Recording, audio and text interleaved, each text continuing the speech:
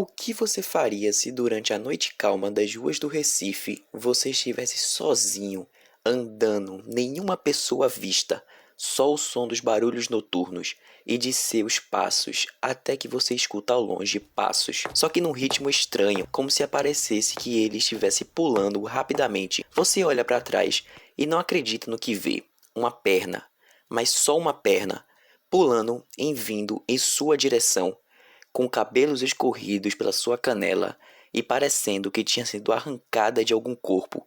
Você não entende o que está acontecendo. Como é possível aquilo existir?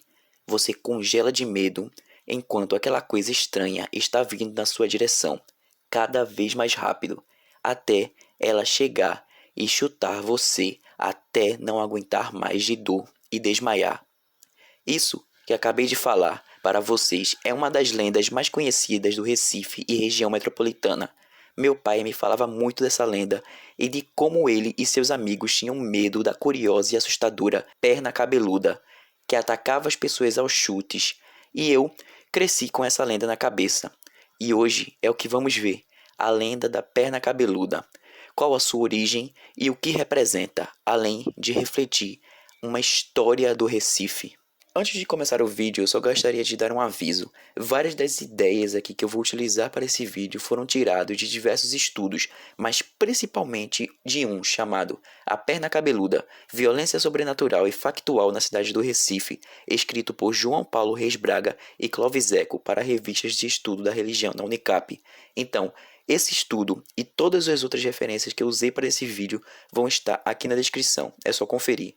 Não podemos falar da lenda em si sem falar da história da cidade em que ela se popularizou.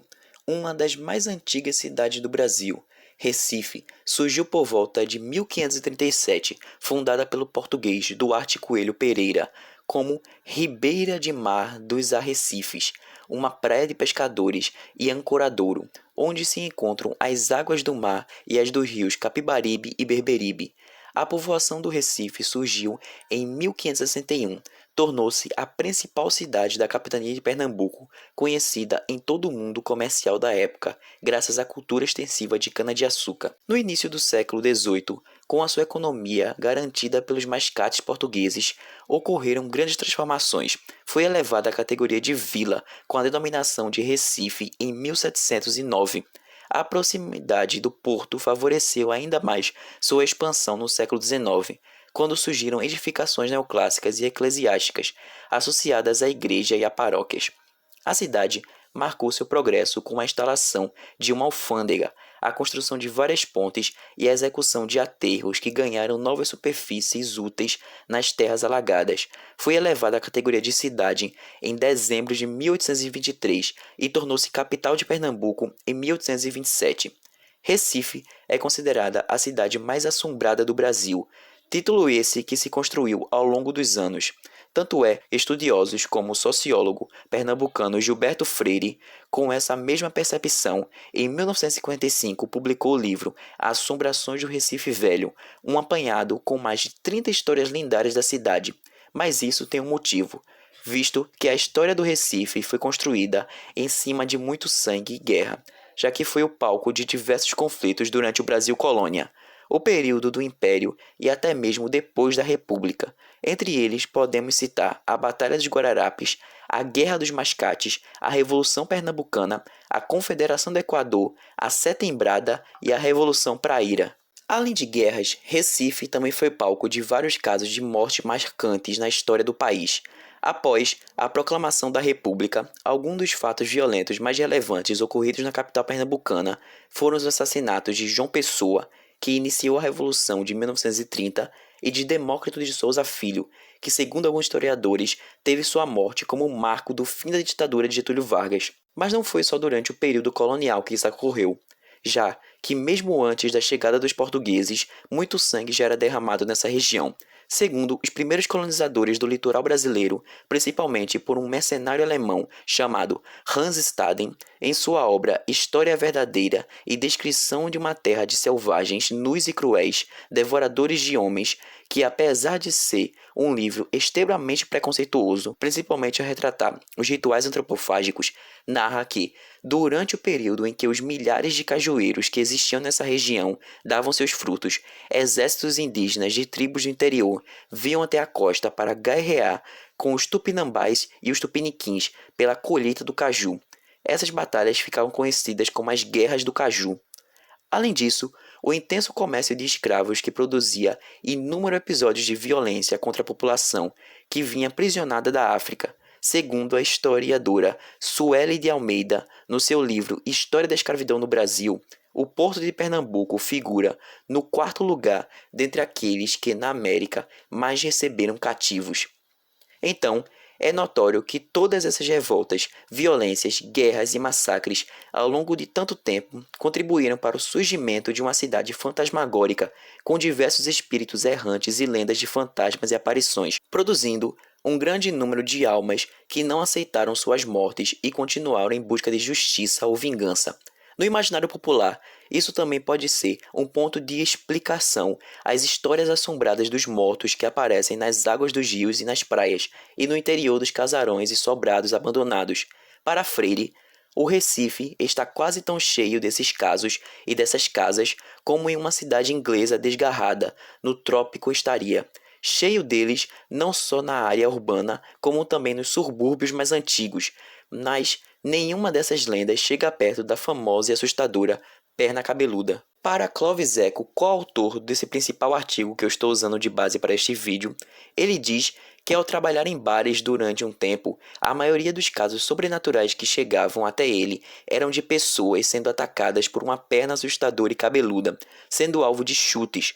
Muitas dessas histórias acontecem no centro histórico do Recife, mas existe uma parte específica onde são relatados vários ataques da perna cabeluda, e essa região é cercada de histórias assustadoras, como a da Cruz do Patrão. Segundo alguns autores, a Cruz do Patrão é um dos monumentos mais antigos da cidade do Recife, datada do século XVI. Trata-se de uma coluna maciça de alvenaria do tipo dórica, com 6 metros de altura e cerca de 2 metros de diâmetro, servindo como base para uma pesada cruz de pedra com as iniciais INRI, que significa Jesus de Nazaré, Rei dos Judeus, gravadas. Para Franklin Távora, escritor conhecido pelo seu livro O Cabeleira, retrata que por muito tempo existia a crença de que todo aquele que passasse a noite pela cruz ouviria gemidos, veria almas penadas ou seria perseguido por infernais espíritos. Para a historiadora Lúcia Gaspar, o local é tido como mal assombrado, porque era onde se enterravam escravos que morriam ao chegar da África. Por ser um lugar ermo, nas suas proximidades ocorriam também vários assassinatos e fuzilamentos. Roberto Beltrão, jornalista e escritor pernambucano que continua os trabalhos de Gilberto Freire na documentação das histórias sobrenaturais do Recife, diz que topar com a perna cabeluda nessa região é de fato algo extremamente assustador e de fuga impossível, ao qual você leva uma poderosa rasteira e acaba desmaiando após levar incontáveis chutes. Os relatos dos ataques desse ser sobrenatural ganharam as páginas dos jornais, como no Diário de Pernambuco, que na década de 70 publicou notícias sobre o suposto pânico causado pela perna cabeluda nas ruas do Recife. Nas notícias de rádio, com o radialista Edinaldo Santos, na Rádio Jornal do Comércio, que fez várias coberturas sobre essa lenda, também nas décadas de 70 e 80. Além de artigos científicos de literaturas de cordel, como A Verdadeira História da Perna Cabeluda, de Rouxinol de Rinaré, em livros de romance já citados aqui, documentários, quadros artísticos, em times de futebol, que a palavra perna cabeluda virou gíria para chamar o time rival, machinhas e troças de carnaval, além de aparecer em sites e até em HQs. Segundo Beltrão, de tão emblemático a perna cabeluda, merece figurar na galeria dos monstros e assombrações mais marcantes, ao lado de lobisomens, vampiros e zumbis tão explorados pelo cinema. A popularidade da lenda aqui no Nordeste não ficou restrita apenas a Recife, mas sim expandiu para outras regiões, fazendo vítimas também em Olinda, João Pessoa, Maceió, Fortaleza, entre muitas outras cidades. Mas claro, o estrelato dessa lenda chegou quando ela apareceu nos versos da música Banditismo, por uma questão de classe, de Francisco de Assis França, mais conhecido como Chico Science, em seu álbum Da Lama ao Caos. A lenda era ovacionada e homenageada nos shows da banda, que faziam no Recife e em diversas outras cidades. A letra diz: Galeguinho do Coque não tinha medo, não tinha, não tinha medo da perna cabeluda. Bill de olho verde fazia sexo como seu alicate. Oi, sobe morro, ladeira, córrego, beco, favela, a polícia atrás deles e eles no rabo dela. Aqui, Chico ressignifica a figura da perna como parte da construção cultural recifense, que mescla elementos do folclore com as tensões populares que ocorriam. Ela aparece como um arquétipo junguiano de pavor que atravessa as classes sociais. Na música, ela é mencionada para evocar o medo compartilhado das ruas, mas também para criticar como esse medo se manifesta em diferentes níveis, funcionando como denúncia social, sugerindo que o medo vivido nas periferias e favelas, onde a violência é maior, a perna cabeluda com sua violência e agressões personifica e critica contra toda a violência urbana que o Recife e os brasileiros sofrem todos os dias. Agora, uma pausa rápida para lembrar você que se você está gostando, não esqueça de curtir e seguir o canal e conferir outros vídeos sobre o significado dos mitos, lendas e muito mais. O último vídeo foi sobre a evolução da representação de Ares e Marte. Sabia que o deus Marte da guerra também é o deus da agricultura? Isso você pode conferir no primeiro link fixado aqui nos comentários. Tá certo, vamos lá. Falamos bastante sobre isso, mas não chegamos em uma das partes principais do vídeo. De onde teria vindo esse ser tão monstruoso? Qual a origem da perna cabeluda? Assim, como ocorre com praticamente toda a grande história lendária, a gênese desse ser é algo controverso e há mais de uma versão. Cada uma delas tem uma fonte tão segura e provável quanto os demais. O escritor Braulio Tavares faz uma observação interessante sobre o assunto. Para ele, a criatura é o oposto simétrico do saci, ou seja, para uma perna sem pessoa, em vez de uma pessoa sem perna. Surgia pulando, atacava os transeuntes, dava chutes em todo mundo e depois fugia pulando. Daí surgiu uma das versões de que a perna cabeluda seria então o membro perdido do saci, o completo oposto da criatura anatomicamente falando. Mas, para o cordelista Guaipuã Vieira, no seu cordel A Lenda da Perna Cabeluda, essa versão da perna do saci não chega nem perto da verdade. Acompanhe. Muitos contam que a origem vem de uma história passada, de um acidente de ônibus em região povoada. Uma vítima teve a perna de seu corpo decepada. Diz que ela criou vida, no monstro foi transformada. Na mata ficou vagando, procurando a sua estrada. Entretanto, em outra versão, bem mais não sobrenatural, digamos assim, surge na história pela voz do jornalista e escritor Raimundo Carreiro, que garante que não é nada disso. Segundo ele, quando ele trabalhava no Diário de Pernambuco, certo dia um companheiro adentrou a sala de redação e disse que havia chegado repentinamente em casa e visto debaixo da cama dele e de sua esposa uma perna cabeluda, mas sem o tronco e o restante do corpo. De acordo com Carreiro, o seu grupo de amigos era formado por boêmios que gostavam de contar histórias entre si. Seria tudo uma simples piada, mas Carreiro escreveu um texto sobre a perna cabeluda e publicou na coluna que assinava no jornal. Segundo ele, em entrevista em 2019, é dito: como vivíamos sob a ditadura militar e muito conteúdo não podia ser publicado devido à censura, o então editor do Diário de Pernambuco e hoje ministro do Superior Tribunal de Justiça, Og Marques Fernandes, incumbiu a mim uma coluna policial com casos tão absurdos. Surgiu aí a história da perna cabeluda. Porém, essa ideia de uma piada, outro jornalista e radialista chamado J. Ferreira reclama a posse da invenção da lenda para ele e garante que é o verdadeiro pai da perna cabeluda. Ferreira diz que lenda nasceu em um programa de rádio comandado por outro famoso radialista chamado Geraldo Freire, ao qual já falei aqui. Ferreira trabalhava como repórter policial na atração e conta que um determinado plantão no hospital da restauração, em um dia onde não acontecia nada e não havia notícia para dar, o chefe dele deu ordem para que ele inventasse qualquer manchete que pudesse preencher o noticiário. Ferreira então conta que pegou uma pessoa qualquer que estava lá sendo atendida no hospital, anotou seu nome no papel e deu a notícia: vítima de agressão física acaba de dar entrada no HR. O agressor Geraldo foi a perna cabeluda. Talvez algum dos jornalistas seja de fato o pai da perna, porém muitos afirmam que ela é mais antiga do que esses supostos criadores, conforme o professor Rodrigo Coimbra, que diz que são muitas explicações sobre a origem da lenda. ele vincula a lenda ao achado de uma perna humana cabeluda que se encontrava boiando no rio Capibaribe. Caso que, por não ter sido solucionado pela polícia, transformou-se em um prato cheio para a imprensa. A mídia então alimentou a esperança de encontrar alguém capaz de esclarecer o assunto e por isso perguntou em suas páginas de onde veio a perna, de quem era ela, como foi parar no rio e quem a amputou. Contudo, a versão mais provável que se escute atualmente no Recife é que a perna cabeluda é o membro fantasma de Antônio Raposo Tavares, também conhecido como o Velho. Ele foi um bandeirante português que expandiu as fronteiras brasileiras durante o domínio dos espanhóis. Os historiadores contam que o Velho acabou com a vida de milhares de indígenas e de membros de missões jesuíticas. Apenas entre 1628 e 1629, ele destruiu mais de uma dúzia de reduções jesuíticas e aprisionou cerca de 100 mil indígenas. O Velho expulsou praticamente todos os jesuítas espanhóis da região, mas, segundo reza a lenda, por ter chutado o rosto de um padre considerado santo, o Velho foi amaldiçoado, sendo condenado a vagar sobre a terra, com quase todo o seu corpo no mundo espiritual, mas sua perna ainda sofria as chagas do mundo material. Agora, vamos chegar em uma parte mais séria do vídeo, resgatando as ideias de violência trazidas pela letra de Chico Science e a relação de por que a perna cabeluda é tão famosa e relevante atualmente. É importante dizer que uma história mitológica é criada por uma visão de um povo. As lendas são frutos da realidade desse povo.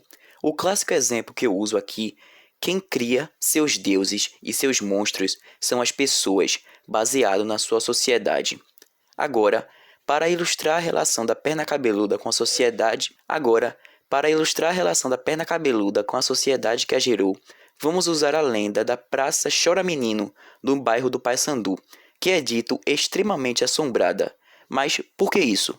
Bem, durante o século XIX, uma revolta militar conhecida como Setembrada, no qual foi um levante de militares ocorrido em 1831, durante o período regencial, ocorreu simultaneamente também na região do Maranhão e também de Pernambuco como um todo. Esse acontecimento é, provavelmente, o mais sangrento entre os vários atos da insurreição que aconteceram em terras pernambucanas. Isso porque ela provocou a morte de vários recifenses. Dentre eles, muitas crianças foram assassinadas pelos militares e muitos desses pequenos foram enterrados no local onde hoje está a praça. Desde então, dizem que quem passa pela praça à tarde da noite pode ouvir os choros de crianças. Contam que é um pranto fantasmagórico, sem semelhança com sons emitidos por quem já está vivo. Aqui, nós podemos notar que um mito ou lenda não surge do nada. Ele está intimamente ligado com a realidade ao seu redor.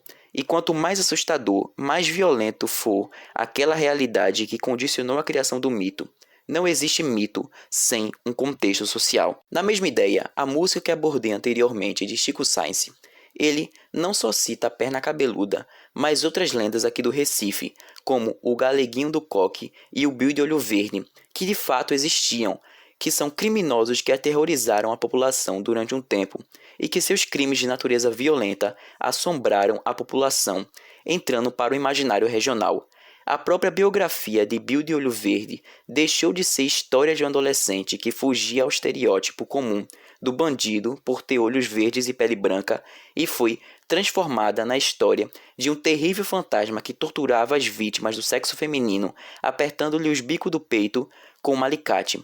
Atualmente, Bill de Olho Verde figura entre as principais lendas urbanas do Recife e, justamente por ser representado como uma lenda, muitos nem imaginavam que ele tinha existido. Mas não só a música toda, ela retrata a violência urbana e de contato com o crime, além do descaso social que as pessoas das camadas mais baixas sofrem todos os dias, que o povo do Recife sofre e funciona como um grande grito de denúncia social, com destaque para trechos como "E quem era inocente hoje já virou bandido. Banditismo por necessidade, em cada morro uma história diferente." É incorreto pensar que a letra de Science é uma apologia ao crime e que sua menção à lenda da perna cabeluda é algo simplesmente folclórico, de cunho meramente lúdico. Antes disso, o que a música Banditismo busca fazer é transportar o ouvinte para uma realidade brutal de miséria urbana, onde a opressão sofrida também terá como reação uma violência desmedida. Paulo Henrique de Souza, pesquisador e escritor, que fez uma análise da letra e concluiu que esta tendência é confirmada pela recorrência à violência desumanizadora, pela sua aproximação aos instintos sexuais e ao medo e à degradação, pelo determinismo inferido da tese central da canção. É possível enxergar em tal dado a confirmação do banditismo como a reação à violência promovida pelo Estado para manutenção de privilégios de classe num processo de legitimação da ação violenta dos bandidos, marginalizados e da própria estrutura da canção. Infelizmente, o Recife é considerado uma das cidades mais violentas do país e do mundo. O Atlas de Violência, divulgado todos os anos pelo Instituto de Pesquisa Econômica Aplicada (IPEA), já há vários anos aponta a capital pernambucana entre as 10 cidades com maior índice de homicídios por número de habitantes do país. Ela está sempre entre as 30 primeiras cidades com maior taxa de assassinatos no mundo, comparável apenas a países que estão em situação de guerra ou conflito urbano armado, além de dívidas de tráfico, do banditismo, das rixas familiares, dos crimes de honra e demais crimes de proximidade. A grande maioria como desfecho de bebedeiras e discussões. O Recife também possui uma grande quantidade de esquadrões de extermínio, que em sua maioria são comandados e formados por policiais, que também são criminosos. Esses grupos são tão comuns no Recife quanto as milícias e são no Rio de Janeiro. Não obstante das milícias também existiam na capital pernambucana e confundam suas funções com a dos grupos de extermínio. Além disso, o Recife figura em quantidade de pessoas em situação de rua, e essa parcela da população deixada de lado pelos órgãos públicos é o que faz elas estarem mais propensas a situações de violência urbana, com a perna cabeluda tornando-se o avatar de tudo isso, de uma violência ignorada de todos os dias essas pessoas sofrem. Agora, para finalizar o vídeo, faço das minhas palavras as palavras do autor do principal artigo que eu usei de base para esse vídeo. A perna cabeluda pode até parecer uma história absurda, onde tudo foi inventado e não há nada de cientificamente relevante que possa ser encontrado nessa lenda. E talvez essa afirmação seja de fato verdade. Por outro lado, não podemos esquecer da lição shakespeariana de que há mais coisas entre o céu e a terra do que é capaz de imaginar a nossa vã filosofia. E também vale lembrar de um velho ditado espanhol que diz: "No creo en las brujas, pero que las hay, las hay." Não creio em bruxas, mas que elas existem, existem. Entretanto, em nossas conclusões, podemos afirmar que, quando se trata de violência sobrenatural, muitas das supostas aparições podem ter uma explicação. O simples fato de serem relatos ou projeções mentais produzidas em função do sentimento de medo que acomete as vítimas no momento que elas são atacadas, ou atacam a si mesmas.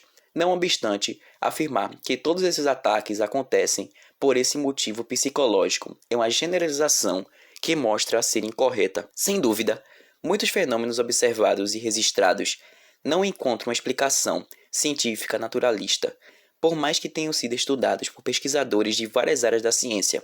Porém, no caso da perna cabeluda, nada impede que realmente todos os relatos sejam apenas de pernas humanas comuns de policiais, de vigias ou de delinquentes juvenis endinheirados que chutam bêbados e moradores de rua. Nesse caso, a violência sobrenatural pode não ser nada mais do que um reflexo da violência factual em uma cidade extremamente perigosa. Assim sendo, a lenda da perna cabeluda pode ser compreendida como uma metáfora social da opressão que moradores de rua e demais segmentos da população vulneráveis sofrem em uma cidade sequestrada por uma polícia absurdamente violenta. Grupos de extermínio, milícias, grupos de vigilância clandestinas, assaltantes, traficantes e afins. As lendas trazem elementos sobrenaturais e factuais mesclados para se retratar uma compreensão mais elevada de uma realidade social vivida por uma população que não tem vez nem voz. E, para finalizar o vídeo, nas palavras de Freire, nada significava para as histórias da cidade. Era a lenda, história da carrochinha, argumentos que quem nunca leu aquela página de Chesterton, em que o ensaísta inglês lembra que uma lenda é obra de muitos e, como tal, deve ser tratada com mais respeito do que um livro de história, obra de um único homem. E antes de Chesterton, já dizia a sabedoria francesa: "Une légende mente parfois, mons qu'un documente." Às vezes, uma lenda mente menos do que um documento. E esse foi o vídeo. Espero que tenham gostado. Os artigos e todas as referências que usei para esse vídeo estão aqui na descrição. Espero que tenham gostado. Siga o canal e veja outros vídeos. Tenho certeza que vai gostar, porque por trás de um mito existem vozes de pessoas e sociedade gritando para serem ouvidas. Até a próxima.